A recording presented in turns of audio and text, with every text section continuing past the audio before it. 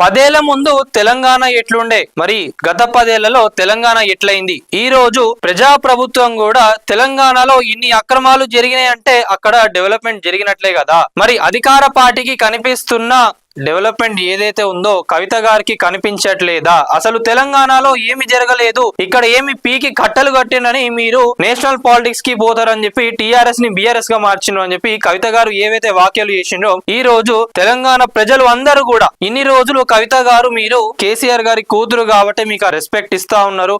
ఇప్పటికి కూడా బీఆర్ఎస్ లో ఉన్న నాయకులందరూ కూడా మిమ్మల్ని గౌరవిస్తా ఉన్నారు. ఎందుకు అంటే the one and only KCR గారిని చూసే యావత్ ప్రపంచం మొత్తం ఈ రోజు తెలంగాణ వైపు చూస్తున్నది అంటే ఎవరి వల్ల? కేసీఆర్ గారి వల్లనే.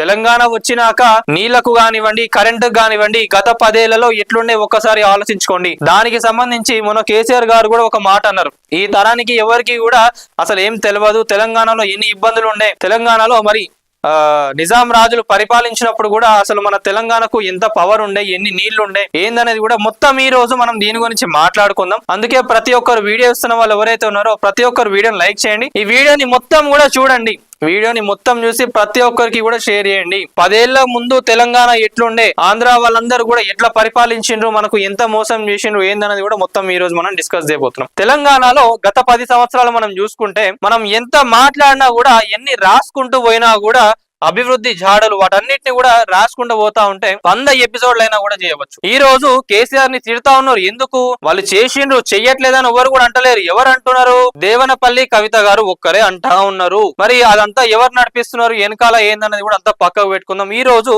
తెలంగాణ గురించే మనం మాట్లాడుకుందాం. 10 ఏళ్లలో ఏం జరిగింది, 10 ఏళ్ల ముందు ఎట్లుండే ఏందనే దాన్ని కూడా మొత్తం మాట్లాడుకుందాం. ఈ రోజు ఇంకోటి, ఆంధ్రప్రదేశ్ లో మనం చూసుకున్నట్లయితే వాళ్ళకు రాజధాని ఇప్పటి వరకు కూడా చక్కగా లేదు. హైదరాబాద్ ని మీరు చూసుకోండి, డెవలప్మెంట్ ఎట్లున్నదనే చూసుకోండి. నీళ్లు లేక ఎంత ఇబ్బంది పడుతుండే అగ్రికల్చర్ కైనా, పొలాలకు, దేనికైనా కూడా. మరి ఈ రోజు నెంబర్ 1 ప్లేస్ లో ఉండే ఎక్కడనో ఉన్న తెలంగాణను తీసుకుపోయి ఈ రోజు పంటలకు వీటన్నిటికీ కూడా నెంబర్ 1 చేసింది ఎవరు? కేసీఆర్ గారు కాదా? గత 10 ఏళ్లలో కరెంటు కోతలు, మీరు ఇప్పుడు జనరల్ కరెంట్ పోయినా కూడా ప్రజా ప్రభుత్వం ఇది అని అంటారు, అంతే తప్పించి అక్కడ ఏదో షార్ట్ సర్క్యూట్ అయిందో, లేదా అక్కడ ఏదో ఇబ్బంది అయిందో, ట్రాన్స్ఫార్మర్ కి ఏదో అయిందని అన్నారు. కరెంట్ పోయిందంటే ఇప్పటికీ కూడా అగో కాంగ్రెస్ ప్రభుత్వం వచ్చింది కదా కరెంట్ పోయిందని అంటారు, అంతే తప్పించి అక్కడ ఏదో ఇబ్బంది అయిందని కూడా ఎవరు అనుకోవట్లేదు. గత 10 సంవత్సరాలలో ఎంతమంది ఎన్నిసార్లు కరెంట్ ఆఫీసులకు ఫోన్ చేసిండ్రు ఒకసారి కనుక్కోండి.